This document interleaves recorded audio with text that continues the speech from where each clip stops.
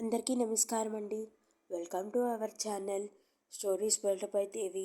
ఇవాళ నేను మీకు వినిపించబోయే కథ భర్త అహంకారి. మరి ఆ కథలోకి వెళ్దాం రండి. నాకు పెళ్ళై సంవత్సరం దాటింది. నా భార్య పేరు లహరి. వారు పుట్టింటి వారు మామూలు మధ్యతరగతి వారు అవడంతో నాకు లహరి బాగా నచ్చడంతో తక్కువ కట్నమే అయినా చేసుకున్నాము. అసలు మా వాళ్ళకి ఇష్టం లేదు కూడా. అయినా నా బలవంతం మీద ఒప్పుకున్నారు మా వాళ్ళు. సంవత్సరమైనా అది మర్చిపోలేక మా వాళ్ళు లహరిని బాధ పెడుతూనే ఉన్నారు. వాళ్ళల్లో నేను కూడా ఒకటి. నాకు కొంచెం పొగరేమో, అందులోనూ ఉద్యోగం ఉంది కాబట్టి, కాస్త చదువుకున్నాను కాబట్టి కొంచెం ఆధునికంగా ఉండటమే, మరియు అహంకారం కాస్త ఎక్కువే. అందులోనూ లహరి వాళ్ళ అక్క భర్త అంటే నాకు అన్నయ్య. అతను చదువులేనివాడు. చిన్న పల్లెలో ఉంటూ వ్యవసాయం చేస్తూ ఉంటాడు. దాంతో మా అత్తగారు వాళ్ళు చదువుకున్నానని నాకు కాస్త ఎక్కువ మర్యాదలు చేస్తూ ఉంటారు. సంక్రాంతికి నాకు మోటార్ సైకిల్ కావాలని అడిగారు మా వాళ్ళు లహరి అమ్మగారిని. నేను కూడా లహరితో ఆఫీస్కి వెళ్ళటానికి కష్టంగా ఉందని మీ అమ్మని గట్టిగా అడగమని చెప్పి పండక్కి ఇంకా చాలా రోజులు ఉంది అనగానే పంపించాను. లహరి నాకు చెప్పలేక వాళ్ళని అడగలేక కన్నీళ్లతో వెళ్ళింది. వాళ్ళు ఉన్న పరిస్థితిలో అది వారికి పెద్ద కోరికే మరి. అయినా నా తోడల్లుడి ముందు నా గొప్ప చూపించుకోవాలని నేను కాస్త పట్టుదలతోనే ఉన్నాను. ఎలాగో ఒకలాగా నాకు పండక్కి మా అత్తగారు వాళ్ళు బైక్ పెట్టారు. మా వాళ్ళు సంతోషించారు. నేను కూడా అనుకోండి. పండగ అయిపోయింది. నేను లహరిని తీసుకుని వెళ్ళటానికి వాళ్ళ అమ్మగారింటికి వెళ్ళాను. నేను వెళ్ళేసరికి అక్కడ లహరి లేదు. వాళ్ళ అక్కగారింటికి వెళ్ళిందని తెలుసుకొని నేను మా అత్తగారు ఇచ్చిన బండి మీద వాళ్ళ పల్లెకి వెళ్ళాను.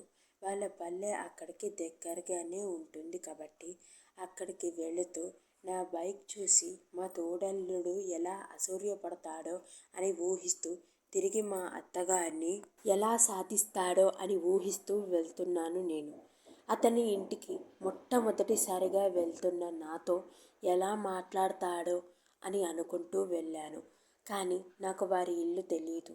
అతని పేరు చెప్పి అడిగితే ఎవరైనా చెప్తారు అని అనుకోవడంతో సరే అని, ఇక్కడ ఆనందం ఇల్లు ఎక్కడండి అని అడిగాను. కనిపించిన మొదటి వ్యక్తిని. అతను నన్ను ఎగాదిగా చూసి ఏ ఊరు మనది అని అడిగాడు.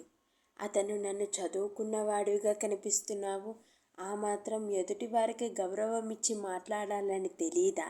ఏం మనిషివయ్యా నువ్వు అని అన్నాడు. నేను కోపాన్ని దిగమింగుకుంటూ సరే, ఆనందం గారి ఇల్లు ఇక్కడెక్కడుందండి అని అడిగాను. అయితే నీకు మా ఆనందం గారి గురించి తెలియనట్లుగా ఉంది, పద చూపిస్తా అని నా బండి ఎక్కాడు చొరవగా. అతను అలా చేసేసరికి ఏమనలేక కొంత అతని గురించి తెలుసుకోవాలని ఆతృతగా ఉండి ఏమీ అనలేకపోయాను. అతను అలా వెళ్ళు, ఇలా వెళ్ళు అని అంటూ దారి చూపిస్తూ ఒక పెద్ద పాఠశాల ముందు ఆపి, ఇదిగో ఇది ఆనందం కట్టించింది అని, ఇంకొక దగ్గర గ్రంథాలయాలని, ఇంకొక దగ్గర వృద్ధాశ్రమాన్ని, ఇంకొక దగ్గర పిల్లల ఆట వస్తువులని, ఆ ఊరి బస్టాండుని చూపించి, ఇవి కాక ఇప్పుడు నువ్వు బండి నడిపిన ఈ రోడ్డుని కూడా అతనే వేయించాడు అని చెప్పాడు. నేను ఆశ్చర్యపోయి అన్నీ చూస్తున్నాను. నేను అనుకునేది వేరు, ఇక్కడ చూస్తున్నది వేరు. మనిషిని చూసి ఒక అంచనా వెయ్యవద్దు అని పెద్దవారు ఊరికే అనలేదేమో అని అనిపించింది. ఏం చదువుకున్నారు అని ఎక్కడో అనిపించి, అతను చదువు లేకుండా ఉండి నాకు చదువుంటే అదే పెద్ద అర్హత అని అనిపించింది. చదువులేని వాడే ఇలాంటి పనులు చేస్తాడు అని నాకు ఒక గొప్ప నమ్మకం. అతను నా వైపు ఓ చూపు చూసి, ఇంత చెప్పినా నీకు అర్థం కాలేదా అన్నట్టు చూసి, పదా అని మళ్ళీ బయలుదేరతీశాడు. ఈసారి పొలాల వైపు తీసుకుని వెళ్ళాడు. అక్కడ విశాలమైన గ్రౌండు, ఒక పరిశోధన సంస్థ లాంటిది ఉంది.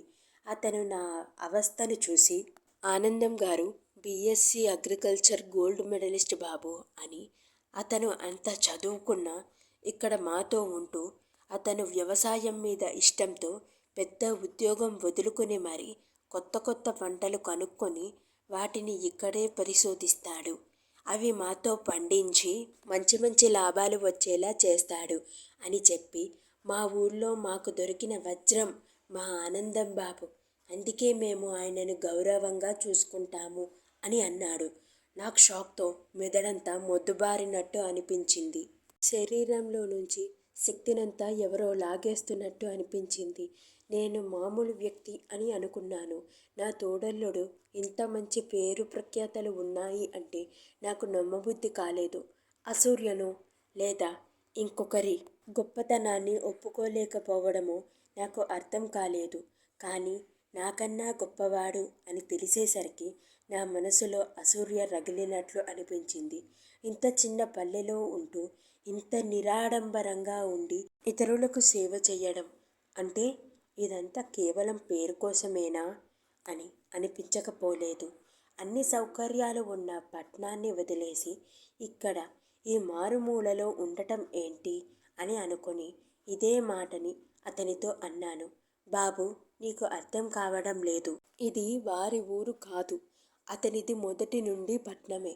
కానీ అతను ఈ ఊరిని దత్తత తీసుకుని ఇక్కడే మాతో పాటు ఉండి మా కష్టాలలో సుఖాలలో పాలు పంచుకుంటున్నాడు. అతనికి తన మన భేదం లేదు.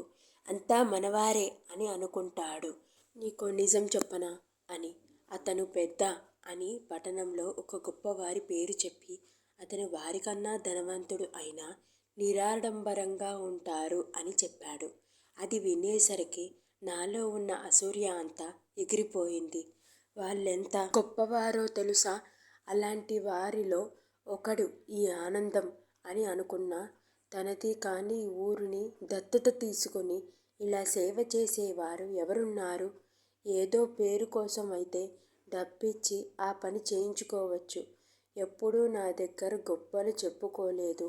నన్ను ఎప్పుడూ ప్రేమగా చూసుకునేవాడు. నాకు మర్యాద ఇచ్చేవాడు. తన పనేంటో తను చేసుకునేవాడు. ఇంత గొప్ప వ్యక్తికి నేను తోడల్లుడిని కావడం నా అదృష్టం. అసలు అలాంటి వారి దగ్గరికి వెళ్ళాలి అంటేనే భయపడే మాలాంటి వారికి అతన్ని స్వయంగా తోడల్లుడు అని అంటే నాకు చాలా గర్వంగా అనిపించింది. మామూలుగా చదువుకున్న నేనే ఇంత పొగరుగా ఉంటే ఇంకా అతనెంత పొగరుతో ఎంత అహంకారంతో ఉండాలి. కానీ అతను మొదటి నుండి నాతో మాట్లాడిన మాటలు, వేసుకున్న బట్టలు, మిగతా వారితో అతను మాట్లాడిన తీరు అన్నీ గుర్తుకు వచ్చాయి. అయినా అతను అత్తమామలు కూడా అతను తమకు తగ్గవాడిలాగే మెదలడం చూసి అతనిని నేను చులకనగా చూశాను. కొన్నిసార్లు అవమానించాను కూడా. అవన్నీ గుర్తుకు వచ్చాయి. ఇంత ఎత్తులో ఉండి కూడా అతను నా పెళ్ళిలో మా అత్తగారింట్లో ఎంత ఒత్తిగ్గా ఉన్నాడో, మా అత్తమామల పట్ల ఎంత వినయంగా ఉన్నాడో గుర్తుకు వచ్చి అతని ముందు నేనొక అల్పజీవిలా అనిపించింది. ఇంతలో అతను వస్తూ నన్ను చూసి, హో తమ్ముడుగారు, ఏంటి ఇలా వచ్చారు? మా మరదలు గుర్తొచ్చిందా అని హాస్యమాడుతూ నా వైపు వచ్చాడు. అతడు నా వైపు వచ్చాడు. నేను అతన్ని విభ్రాంతిగా చూస్తూ ఉండిపోయా. ఇంత గొప్పవాడు ఎంత మామూలుగా ఒక వ్యవసాయ రైతుగా ఉండడం అంటే అది పుట్టుకతో రావాలి అని. మీరు మీరు అని నేనంటుంటే, ఏంటి తమ్ముడు కొత్తగా మీరు మీరు అని పిలుపులు అని గౌరవంగా ఇంట్లోకి తీసుకుని వెళ్ళాడు. మర్యాదలు బాగానే చేశాడు. ఇక ఆపుకోవడం నా వల్ల కాక, అన్నయ్య మీరిలా కూర్చోండి అని కుర్చీలో కూర్చోపెట్టి వదినగారిని కూడా పిలిచి కూర్చోమని నేను ఇద్దరి కాళ్ళకి దండం పెట్టి, అన్నయ్య మీరు ఇంత గొప్పవాళ్ళని తెలియక చాలా అవమానంగా చూశాను, చిన్నచూపు చూశాను. చదువుకున్నానన్న అహంకారంతో పొగరుతో అత్తమామలని, నా భార్యని, మిమ్మల్ని అందరినీ బాధ పెట్టాను. నన్ను క్షమించండి అని అన్నాను తేలికపడిన మనసుతో. నాకు ఒక మంచి మనసున్న తోడల్లుడు కాదు ఒక అన్నయ్య దొరికాడు అన్న సంబరంలో తిరిగి మా ఇంటికి పయనమయ్యాను లహరితో పాటు. ఇంకెప్పుడు లహరిని, మా అత్తమామలని బాధ పెట్టకూడదని అనుకుంటూ. ఇంతటితో ఈ కథ సమాప్తం. ఈ కథ నచ్చితే కనుక లైక్ చేయండి, షేర్ చేయండి, కమెంట్ చేయండి. మరిన్ని కథల కోసం మన ఛానల్ని సబ్స్క్రైబ్ చేసుకోండి. Thank you for watching.